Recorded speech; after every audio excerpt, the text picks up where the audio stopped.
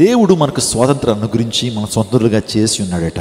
కాబట్టి మీరు స్థిరముగా దాస్యమును కాడి కింద మరెప్పుడు కూడా చిక్కుకొనకుడి. అవును, మన ప్రభును రక్షకుని యేసుక్రీస్తు ప్రభు వారు మనకి స్వాతంత్రాన్ని అనుగ్రహించారు. ఈరోజు రిపబ్లిక్ డేని మనము సెలబ్రేట్ చేస్తున్నాం. 76th republic day. అంటే స్వాతంత్ర దినోత్సవానికి రిపబ్లిక్ డేకి కొంత వ్యత్యాసం ఉంది. ఇండిపెండెన్స్ డే మనము ఆగస్టు 15 చేస్తాం. అదే గణతంత్ర దినోత్సవం, దీన్నే రిపబ్లిక్ డే అన్నారు. ఇది జనవరి 26వ తారీఖున మనం చేస్తాం. భారతదేశానికి 1947 ఆగస్ట్ 15న స్వాతంత్రం వచ్చింది. భారతదేశానికి బ్రిటిష్ వర్గ బానిసత్వపు కాడి కింద నుంచి స్వాతంత్రానికి విడుదల వచ్చింది. తర్వాత సుమారుగా కొన్ని సంవత్సరాలు మన భారతదేశానికి రాజ్యాంగం లేదు.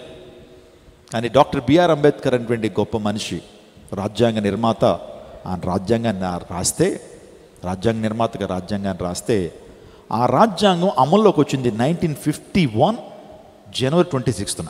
అందుని బట్టి ఈ దినాన్ని కూడా మన భారతీయులుగా మనందరం కూడా చాలా గర్విస్తూ ఈ దినాన్ని మనము గణతంత్ర దినోత్సవంగా మనం ఆచరిస్తుంటాం. India become a democratic republic. భారతదేశం ఒక డెమోక్రటిక్ రిపబ్లిక్ దేశంగా, అతిపెద్ద గణతంత్ర రాజ్యంగా భారతదేశం ఏర్పాటు చేయబడింది. ఈ స్వాతంత్రం గురించి మనం మాట్లాడుకుంటాం. మన బిడ్డలకి స్కూల్లో కూడా చెప్తుండే స్వాతంత్ర సమర యోధులు, ఫ్రీడమ్ ఫైటర్స్. వారిలో ప్రాముఖ్యంగా చెప్పుకోవాలంటే మహాత్మా గాంధీ, జవహర్లాల్ నెహ్రూ, పండిత ఆ తర్వాత సరోజినీ నాయుడు, ఇంకా మనకి అల్లూరి సీతారామరాజు, భగత్ సింగ్, సర్దార్ వల్లభాయ్ పటేల్.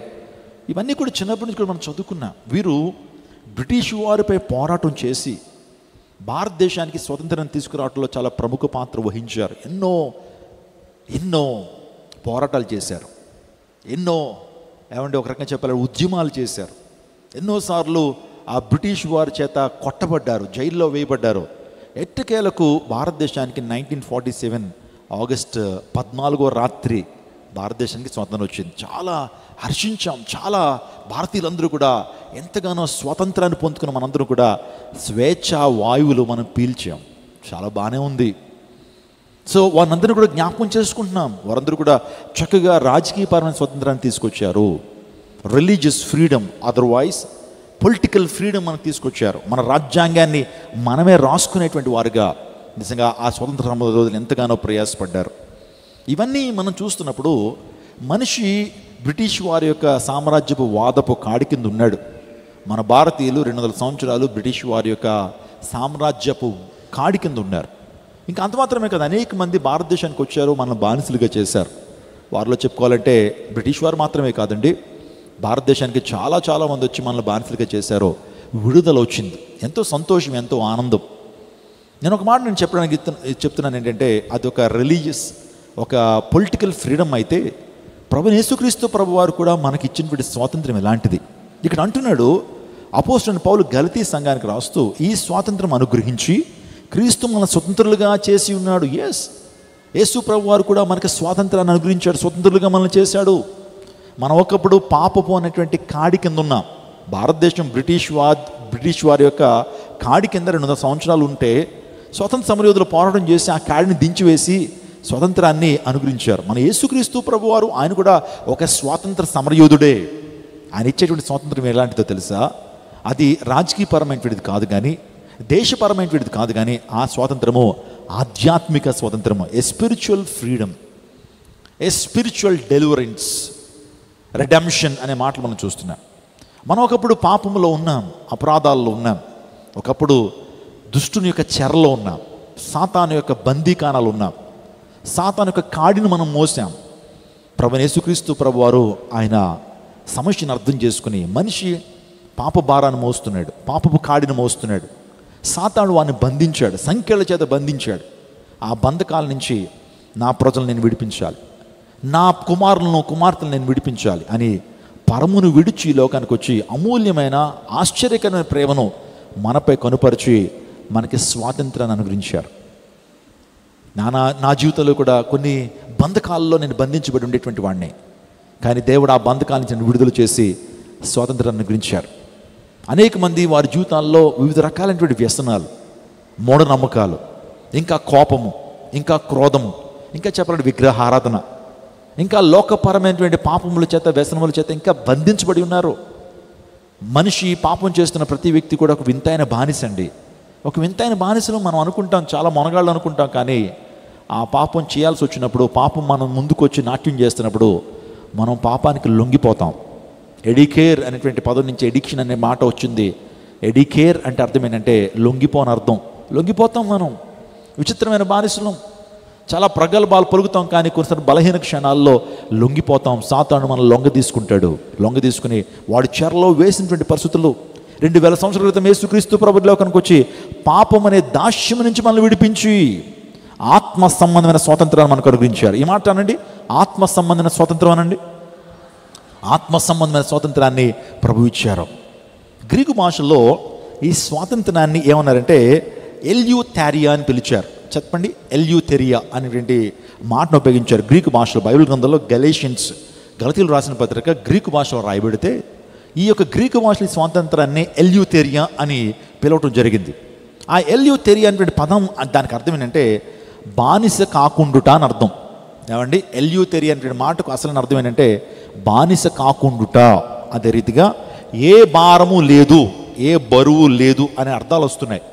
అవును, దేవుడు మనకి ఇంకా పాప భారం మన మీద లేదు. ప్రైజ్ గాడ్, హల్లెలూయా. ఆ తర్వాత మనం ఇంకా దేనికి కూడా బానిసలం కాదు. మనం ఇంకా బానిస అయితే గనక లోకానికి, పాపానికి కాదు, కానీ క్రీస్తుకు బానిసలం. స్తోత్రం చెప్పడం, హల్లెలూయా. ఆయన ప్రేమకు బానిసలం మనం, ఆయన సువార్త చేయడానికి బానిసలం. అంతేగాని పాపానికి, లోకానికి, ఇంకా అపవాదిని కాడి మోయటానికి మనం బానిసలం కాదు. దేవుడు మనల్ని స్వతంత్రులుగా చేశాడు. అందును బట్టి దేవునికి కృతజ్ఞత చెప్పేటువంటి వారికి ఉండాలి. ఆలోచన చేయండి, ఈ 2 విషయాలను పౌలు గారు గలతీయులు రాసిన పత్రికలో తెలియజేస్తున్నాడు. నిజంగా పూర్వము మనం పాపానికి దాసులం. పూర్వం మనము రకరకాలైనటువంటి పాపానికి దాసులం, రకరకాలైనటువంటి ఆ సాతాను శక్తులకి మనం దాసులుగా ఉన్నాం. అందుని బట్టి యోహాను సువార్తలు 8వ అధ్యాయము 34వ వచనంలో మంచి మాట దేవుడు రాయించాడు. మనిషి యొక్క పరిస్థితి ఏంటి, మనుషుల యొక్క పరిస్థితి గురించి అక్కడ రాస్తున్నాడు. 8వ అధ్యాయం 34వ వచనం. అందుకు యేసు పాపం చేయ ప్రతి వాడును పాపమునకు దాసుడని మీతో నిశ్చయముగా చెప్పుచున్నాను. పాపం చేయ ప్రతి వాడును పాపమునకు దాసుడు. A man is a slave to his sin. ప్రతి వ్యక్తి కూడా ఏదో రకమైన పాపానికి దాసుడు అని ప్రభువైన యేసుక్రీస్తు ప్రభువు చెప్తున్నారు. మనము దాసులము, బానిసలము. కానీ దేవుని మహాకృపను బట్టి దేవుడు ఆ బానిసత నుంచి దేవుడు మనకు విడుదలనిచ్చాడు. అందుని బట్టి ఈ స్వాతంత్రం అనుగ్రహించి క్రీస్తు మన సొంతలుగా చేసి ఉన్నాడు. ఒక మాట నేను చెప్తున్నానండి, పాపం నుంచి విడుదల పొందాలి అంటే మన శక్తి, మన జ్ఞానం సరిపోద్దా? ఒక వ్యక్తి ఒక వ్యసనంతో నింపబడ్డాడు, విడుదల పొందాలనుకుంటున్నాడు. ఎంత ప్రయత్నం చేసినా విడుదల వస్తుందా? చెప్పండి. మీరు సొంతగా ప్రయత్నాలు చేయడం ద్వారా పాపం నుంచి విడుదల పొందుకోగలుగుతారా? అలా అయితే కనుక ఈ రోజున ప్రపంచంలో అనేక మంది పాపం నుంచి విడుదల పొందగలిగేటువంటి వారి వల్ల కావట్లా. అనుకుంటాం విడిచిపెట్టేయాలని, అనుకుంటాం ఈ పాపం జోలికి వెళ్ళకూడదని. కానీ సమయం వచ్చేటప్పటికి మరలా ఆ పాపం మనకు గుర్తొస్తుంది. ఆ పాపం చేయాలనేటువంటి ఆ యొక్క బలమైనటువంటి కోరిక మనలో కలుగుతుంది, వెళ్ళి చేసేస్తుంటాం. మనిషి వింతైన బానిసలం కదా. ఎవరెవరి గురించి ఎందుకు, మా తాతయ్య గారి గురించి చెప్తానండి. మా తాతయ్య గారి పేరు సత్యనారాయణ. ఆయన ప్రతి 3 నెలలకు ఒకసారి అన్నవరం కొండకెళ్ళి నున్నగా గుండు కొట్టించుకుని వచ్చేవాడు. ఆయన చాలా భక్తి అనమాట. భక్తి ఒకటే సరిపోద్దండి. దేవుడంటే భక్తి ఒకటే సరిపోదు, దేవుడంటే భయం కూడా ఉండాలి. కానీ ఆయన చాలా భయంకరమైన చైన్ స్మోకరు. ఆ తర్వాత ప్యాకాట్ ఆడతాడు. ఆ తర్వాత ప్రతిరోజు కూడా డ్రింక్ చేస్తాడు. ఆయన ప్రతిరోజు కూడా త్రాగుతాడు. అలవాటు అయిపోయింది.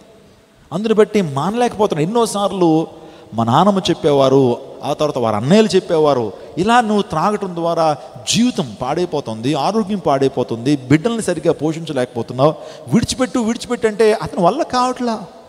ఎన్నో సందర్భాల్లో మా నాన్నగారు, మా అత్తయ్య కూడా కలుసుకుని, నాన్న మీరు తాగేసి ఇంటికి వస్తూ ఉన్నప్పుడు పెద్ద పూలు వచ్చినట్టుంది, మీరు అమ్మను కొడతారు, మమ్మల్ని కొడతారు, నాన్న మానేయండి నాన్న, ఆ త్రాగుడు మానేయండి నాన్న, మనం చక్కగా జీవిస్తాం, చక్కగా అందరం కలిసి జీవిద్దాం, మంచి ఆహారం మేము తింటాం, అందరం స్కూల్కి వెళ్తాం, మంచి బట్టలు ధరించుకోగలుగుతాం, అమ్మకి మంచి చీరలు కట్టుకోగలుగుతుంది.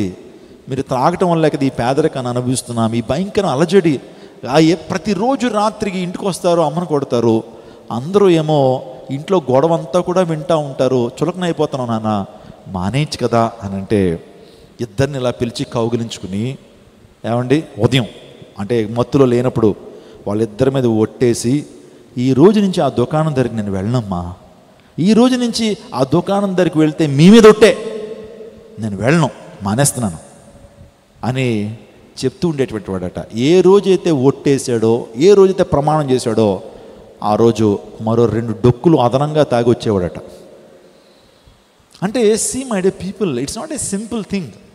అంటే ఒక పాపం నుంచి ఒక మనిషి బయటకు రావడం అనేది ఇది మాటల్లో చెప్పేసుకునే చిన్న విషయం కాదు. ఇది నేను ప్రసంగాలు చేసేటువంటి ఈజీ కాదు. ఒక వ్యక్తి పాపం నుంచి బయటకు రావడం అంటే అతడు బంధించబడి ఉన్నాడు, ఒకరిని సాతాను శక్తుల చేత బంధించబడ్డాడు, అంత ఈజీ కాదు. అలా మనిషి బయటికి రావాలి అంటే, అలాంటి పాపం నుంచి మనిషి బయటకు రావాలంటే మరణాన్ని జయించి మరణపు శక్తుల మీద విజయం సాధించినటువంటి దేవుని వల్లే సాధ్యమవుతుంది. స్తోత్రం చెప్పడం హల్లెలూయా. ఈ ప్రపంచంలో మరణాన్ని జయించిన వారు ఎవరు? పాపం నుంచి విడుదల పొందాలంటే మన ప్రయత్నంతో పాటు దేవుని శక్తి కూడా అవసరం. మన ప్రయత్నం కావాలి. నీకు మొదట ఆశ ఉండాలి, ఈ పాపం నుంచి నేను విడుదల పొందాలంటే ఆశ నీకు ఉండాలి. ఎట్ ద సేమ్ టైం దేవుని యొక్క అవసరం, దేవుని శక్తి కూడా అవసరం. మరణం జయించిన శక్తి మాత్రమే పాపంలో మునిగినటువంటి వ్యక్తికి విడుదలను ప్రసాదించగలదు. స్తోత్రం చెప్పండి హల్లెలూయా. నేను సంచలనాత్మకమైనటువంటి విషయాన్ని చెప్తా ఉన్నాను. అదేంటంటే మరణాన్ని జయించినటువంటి శక్తి మాత్రమే పాపములో మునిగి పాప ఊబిలో ఉన్నటువంటి వ్యక్తిని రక్షించగలదు. మరణాన్ని జయించిన శక్తి ఎవరికి ఉంది? మరణాన్ని జయించిన శక్తి ఎవరిది అని ఆలోచన చేస్తే, ఈ లోక చరిత్రలో మరణాన్ని జయించిన శక్తి మన ప్రభుని యేసుక్రీస్తు ప్రభు వారికి ఒక్కరికి మాత్రమే ఉంది. కనుక ఆయన మాత్రమే మన వ్యసనాల నుంచి, పాపపు శక్తి నుంచి, పాప బంధకాల నుంచి విడుదల చేసేటువంటి అధికారము, ఆ సామర్థ్యము ఆయనకు ఒక్కడికి మాత్రమే ఉంది. ఈ ప్రపంచంలో ఏ బాబా దగ్గరికి వెళ్ళినా నీ పాపం నుంచి విడుదల రాదు. ఏ స్వామీజీ దగ్గరికి వెళ్ళినా నీ పాపం నుంచి విడుదల రాదు. ఏ పాలిటీషియన్ దగ్గరికి వెళ్ళినా నీ పాపం నుంచి విడుదల రాదు. ఏ డాక్టర్ దగ్గరికి వెళ్ళినా ఆయన ఏదో సజెషన్స్ ఇస్తాడు తప్పించి పాపం నుంచి విడుదల చేసేటువంటి వాడు యేసుక్రీస్తు ప్రభువారే. నేను మా తాతయ్య గురించి చెప్తాను సాక్ష్యం. ఎన్నో ప్రయత్నాలు చేశారు, ఎన్నో పూజలు పునస్కారాలు చేశారు, ఎన్నో గుళ్ళకు తిప్పారు ఆయన మార్పు రావాలని. కానీ ఎక్కడా కూడా మార్పు చెందలేదు. అటువంటి కొండలకు వెళ్ళటం, అక్కడ ఇంకా ఎక్కువ తాగి రావటం, ఆ తర్వాత ఏదో దీక్ష పోనటం, కొన్ని రోజులు 21 రోజులు దీక్ష చేయటం, 21 రోజులు దీక్ష చేసి 22 రోజున 21 రోజుల్లో తాగంది ఏదైతే ఉందో ఒక్క రోజులో మొత్తంగా కంప్లీట్గా తాగేసి వచ్చేయటం. ఇలాంటి పరిస్థితుల్లో ఉన్నటువంటి ఆ వ్యక్తిని ఏ ఒక్కరూ మార్చలేకపోయారు. కానీ పాపం నుంచి విడుదల పొందాలంటే మన ప్రయత్నంతో పాటు దేవుని యొక్క శక్తి కూడా అవసరం అని చెప్పాను. ఎట్ ది సేమ్ టైం మరణం జయించిన శక్తికి మాత్రమే పాపం నుంచి మనకు విడుదల చేసేటువంటి అధికారం ఉంటుంది. యేసుక్రీస్తు ప్రభు దగ్గరికి వచ్చారు, యేసు ప్రభుని తన హృదయంలోకి ఆహ్వానించారు. యేసుక్రీస్తు ప్రభుని తన సొంత స్వీకరించిన తర్వాత తన జీవితంలో పెను మార్పులు జరిగినాయి. ఆ పాపాన్ని అసహించుకోవటం మొదలెట్టాడు. స్తోత్రం చెప్పడు హల్లెలూయా. ఏ పాపాన్ని అయితే ప్రేమించాడో, ఏ వ్యసనాన్ని అయితే ప్రేమించాడో, ఆ వ్యసనం ఆయనకి ఎలా మారిందో తెలుసా? అసహ్యంగా మారింది, రోతగా కనబడింది. చీ అని అసహించుకోగలిగాడు. ఎవరైనా ఆయన ప్రక్కన సిగరెట్ కాల్చుంటే, బాబు పక్కెళ్ళి కాల్చుకోండి, ఆ వాసన పట్టలేదు ఆయన గొప్ప మార్పును రక్షకుడు ప్రభువైన యేసుక్రీస్తు ప్రభు వారు ఇచ్చారు. నిజంగా ప్రభువుకి అంత శక్తి సామర్థ్యాలు ఉన్నాయి కాబట్టి రోజు కులాలకు అతీతంగా, మతాలకు అతీతంగా, భాషలకు అతీతంగా అనేక మంది యేసుక్రీస్తు ప్రభు వారిని నమ్ముకుంటున్నారండి. రీసెంట్గా ఒక దైవజనుడు నాతో మాట్లాడుతున్నాడు. By 2030 the entire China will become a Christian country. మొత్తం చైనా దేశమంతా కూడా ఆ క్రైస్తవ దేశంగా మార్చబడుతుంది. ఎందుకంటే అంత గొప్ప రివైవల్ ఆ ప్రాంతాల్లో వస్తూ ఉంది. మనుషులు కులాలకు అతీతంగా, భాషలకు అతీతంగా, వర్గాలకు అతీతంగా, మతాలకు అతీతంగా అనేక మంది యేసు ప్రభు వారు నమ్ముకుంటున్నారంటే యేసు ప్రభు వారు ఒక వ్యక్తికి పరివర్తన ఇస్తున్నాడు కాబట్టి, యేసుక్రీస్తు ప్రభు వారు ఒక వ్యక్తికి సంపూర్ణ స్వాతంత్రాన్ని ఇస్తున్నాడు కాబట్టి. అందరికీ గొప్ప శుభవార్త. కని విని ఎరగని రీతిలో విజయవాడలో క్రీస్తు శాంతి మహోత్సవాలు. తేదీలు 2025 ఫిబ్రవరి 4, 5, 6, 7 తేదీలలో, అనగా మంగళ, బుధ, గురు, శుక్రవారములలో. సమయం సాయంత్రం 5:30 నిమిషాలకు. స్థలం బిషప్ అజరయ్య గ్రౌండ్స్, విజయవాడ. ప్రపంచ వ్యాప్తంగా కోట్లాది మందికి దీవెనకరంగా ఉన్న మన దైవజనులు డాక్టర్ జాన్ వెస్లీ గారు మరియు రెవరెండ్ డాక్టర్ పాల్ ఇమానియేల్ గారు శక్తివంతమైన సందేశాలు అందించి ప్రతి ఒక్కరి కొరకు ప్రత్యేక ప్రార్థనలు చేయుదురు. అపోస్తలులు జోసెఫ్ విజయ్ కుమార్ గారు, పాస్టర్ కాలేబు గారు, షకీనా గ్లోరీ గారు, బ్లెస్సీ వెస్లీ గారు, నిస్సీ పాల్ గారు, 200 మంది క్రైస్ట్ టెంపుల్ గాయక బృందంచే అద్భుతమైన స్తుతి ఆరాధన. తెలుగు రాష్ట్రాలలో బహుబలముగా వాడబడుచున్న దైవజనులు, గాయని గాయకులు పాల్గొని దేవుని మహిమపరిచెదరు. మరిన్ని వివరాలకు 88860009